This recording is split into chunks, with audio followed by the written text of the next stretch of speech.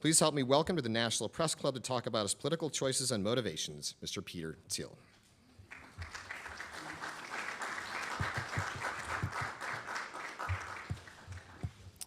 Thank you very much for having me here.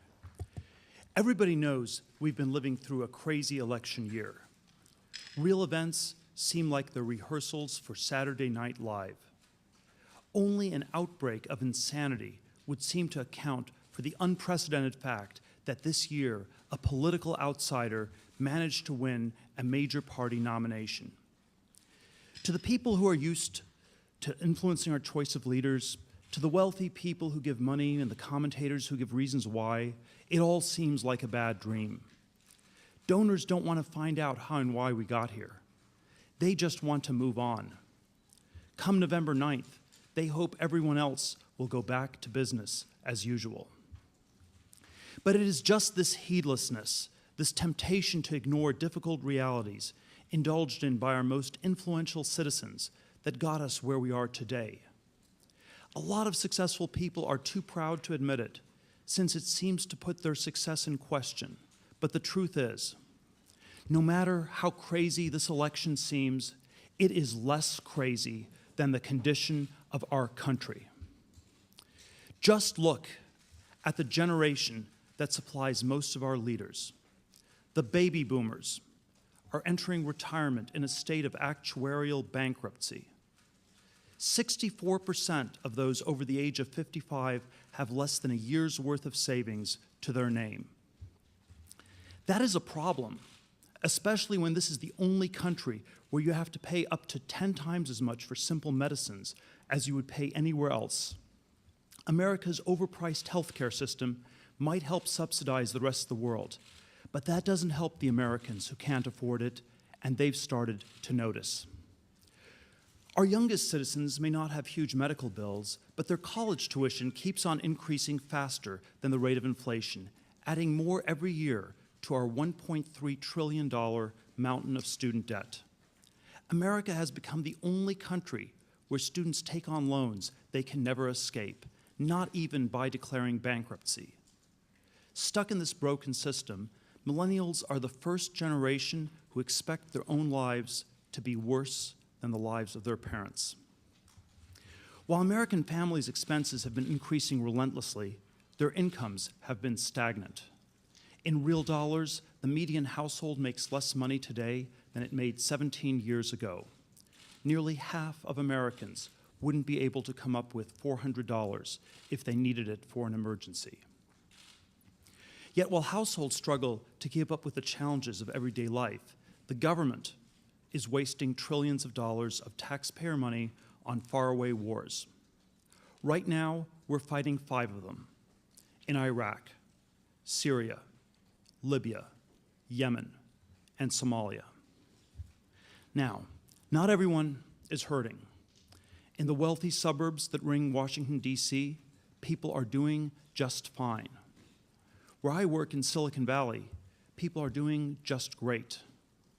But most Americans don't live by the Beltway or the San Francisco Bay. Most Americans haven't been part of that prosperity. It shouldn't be surprising to see people vote for Bernie Sanders or for Donald Trump, who is the only outsider left in the race. Very few people who vote for president have ever thought of doing something so extreme as running for president. The people who run are often polarizing. This election year, both major candidates are imperfect people, to say the least. Now, I don't agree with everything Donald Trump has said and done, and I don't think the millions of other people voting for him do either. Nobody thinks his comments about women were acceptable. I agree, they were clearly offensive and inappropriate. But I don't think the voters pull the lever in order to endorse a candidate's flaws. It's not a lack of judgment that leads Americans to vote for Trump. We're voting for Trump because we judge the leadership of our country to have failed. This judgment has been hard to accept for some of the country's most fortunate, socially prominent people. it's certainly been hard to accept for Silicon Valley, where many people have learned to keep quiet if they dissent from the coastal bubble. Louder voices have sent a message that they do not intend to tolerate the views of one half of the country. This intolerance has taken on some bizarre forms. The Advocate, a magazine which once praised me as a gay innovator, even published an article saying that as of now I am, and I quote, not a gay man, unquote, because I don't agree with their politics. The lie behind the buzzword of diversity could not be made more clear. If you don't conform, then you don't count as diverse, no matter what your personal background. Faced with such contempt, why do voters still support Donald Trump? Even if they think the American situation is serious, why would they think that Trump, of all people, could make it any better? I think it's because of the big things that Trump gets right. For example, free trade has not worked out well for all of America. It helps Trump that the other side just doesn't get it. All of our elites preach free trade. The highly educated people who make public policy explain that cheap imports make everyone a winner, according to economic theory.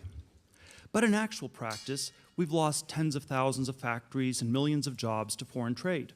The heartland has been devastated.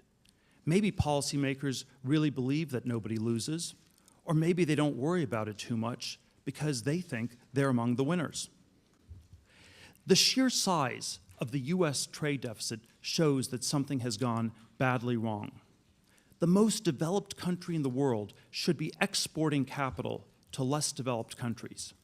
Instead, the United States is importing more than $500 billion every year.